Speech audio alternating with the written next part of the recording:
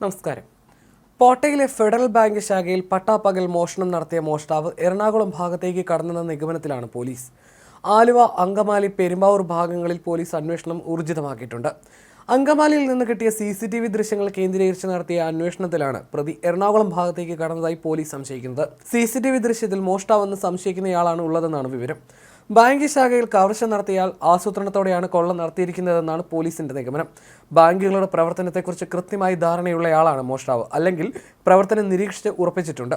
ഈ ശാഖയിൽ സുരക്ഷാ ജീവനക്കാരില്ല എന്നതും തിരക്ക് കുറയുന്നത് എപ്പോഴാണെന്ന് കൃത്യമായി നിരീക്ഷിച്ച് മനസ്സിലാക്കിയിട്ടുണ്ട്. ക്യാഷ് കൗണ്ടറിന്റെ താക്കോൽ ഹിന്ദിയിലാണ് ഇയാൾ ജീവനക്കാരോട് ആവശ്യപ്പെട്ടത്. ഇത് തെറ്റിദ്ധരിപ്പിക്കാൻ ബോധപൂർവം ചെയ്തതാണോ എന്ന സംശയവും പോലീസിനുണ്ട്. ഇയാൾ വന്ന സ്കൂട്ടർ മറ്റാരുടേതെങ്കിലും ആണോ എന്നും മോഷ്ടിച്ചതാണോ എന്നും പോലീസ് അന്വേഷിക്കുന്നുണ്ട്. സ്കൂട്ടർ സംബന്ധിച്ച വ്യക്തമായ സൂചനകൾ ലഭിച്ചതായാണ് അറിയുന്നത്. ഈ പ്രദേശത്തെക്കുറിച്ചും ഇവിടെയുള്ള വഴികളെക്കുറിച്ചും ധാരണയുണ്ടാക്കിയ ശേഷമാണ് മോഷണത്തിന് എത്തിയിട്ടുള്ളതെന്നും പോലീസ് സംശയിക്കുന്നു. മോഷ്ടാവ് ഹിന്ദി സംസാരിച്ചതുകൊണ്ട് അയാൾ മലയാളി അല്ലാതാകണമെന്നില്ലെന്നും ഏതാണ്ട് 15 ലക്ഷം രൂപയോളമാണ് നഷ്ടപ്പെട്ടതെന്നും മധ്യമേഖല DIG ഹരിശങ്കർ കൊച്ചിയിൽ പറഞ്ഞു. ATM-ൽ നിന്ന് എടുത്തുവെച്ച പണമാണ് നഷ്ടമായത്. കൂടുതൽ പണം ഉണ്ടായിട്ടും അത് എടുത്തില്ല എന്നതും പ്രത്യേകതയാണ്.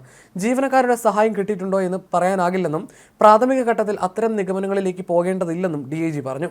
എല്ലാ സാധ്യതകളും പോലീസ് പരിശോധിക്കുന്നുണ്ട്. SP-യുടെ നേതൃത്വത്തിൽ പ്രത്യേക അന്വേഷണ സംഘത്തിന് രൂപം നൽകിയിട്ടുണ്ടെന്നും DIG പറഞ്ഞു. ഹിന്ദി ഭാഷയിലായിരുന്നു അയാൾ സംസാരിച്ചിരുന്നതെന്നും ക്യാഷ് കൗണ്ടറിൽ 47 ലക്ഷം രൂപ കെട്ടുകളായി സൂക്ഷിച്ചിരുന്നുവെങ്കിലും ഇതിൽ നിന്നും 5 ലക്ഷം രൂപ വീതം വരുന്ന 3 കെട്ടുകളാണ് മോഷ്ടാവ് എടുത്തതെന്നുമാണ് പോലീസ് അറിയിച്ചത്. TVS എൻഡോർ സ്കൂട്ടറിലാണ് പ്രതി എത്തിയതെന്നും കണ്ടെത്തിയിട്ടുണ്ട്. ബാങ്കിൽ നടന്നത് മുൻകൂട്ടി തയ്യാറാക്കിയ പദ്ധതി അനുസരിച്ചുള്ള മോഷണമാകാമെന്ന നിഗമനത്തിലാണ് പോലീസ്. നമ്പർ പ്ലേറ്റ് മറച്ച സ്കൂട്ടറിൽ ഹെൽമറ്റ്, ജാക്കറ്റ്, ഗ്ലൗസ് എന്നിവ ധരിച്ചാണ് മോഷ്ടാവ് എത്തിയത്. തന്റെ മുഖവും വിരലടയാളവും ഉൾപ്പെടെയുള്ളവയും എവിടെയും പതിയരുതെന്ന ഉദ്ദേശത്തോടെയാണിത്. നീലയും വെള്ളയും ചുവപ്പും നിറത്തിലുള്ള റൈഡിംഗ് ജാക്കറ്റും മുഖം അറിയാതിരിക്കാൻ ടിൻഡഡ് ഗ്ലാസ് ഹെൽമറ്റുമാണ് മോഷ്ടാവ് ധരിച്ചത്. സെക്യൂരിറ്റി ഇല്ലെന്നും ചുറ്റുപാടുമുള്ള മറ്റ് സ്ഥാപനങ്ങളിലൊന്നും CCTV ക്യാമറകൾ സ്ഥാപിച്ചിട്ടില്ലെന്നും മോഷ്ടാവ് മനസ്സിലാക്കിയിരിക്കണമെന്നും പോലീസ് കരുതുന്നു. നല്ല പരിചയമുള്ള സ്ഥലത്ത് പരിചയമുള്ള ഒരാൾ വരുന്ന ലാഘവത്തോടെയാണ് ഇയാൾ എത്തിയത്. സ്കൂട്ടർ പുറത്ത് വെച്ച ശേഷം വാതിൽ തുറന്ന് അകത്തേക്ക് കയറുകയായിരുന്നു. മോഷണശേഷം ഏത് ഭാഗത്തേക്കാണ് സ്കൂട്ടറുമായി പോയെന്നതിനുള്ള സൂചനയും ലഭിച്ചു. ഈ കേസ് സംബന്ധിച്ച് രാജ്യത്തുടനീളം അറിയിപ്പ് നൽകുന്നതിനുള്ള നടപടി സ്വീകരിച്ചിട്ടുണ്ടെന്നും 100% പ്രതിയെ പിടികൂടുമെന്നും പോലീസ് ഉറപ്പ് നൽകി. 2 മണി മുതൽ 2:30 വരെയാണ് ബാങ്കിലെ ജീവനക്കാർ ഉച്ചഭക്ഷണത്തിനായി പിരിയുന്നത്.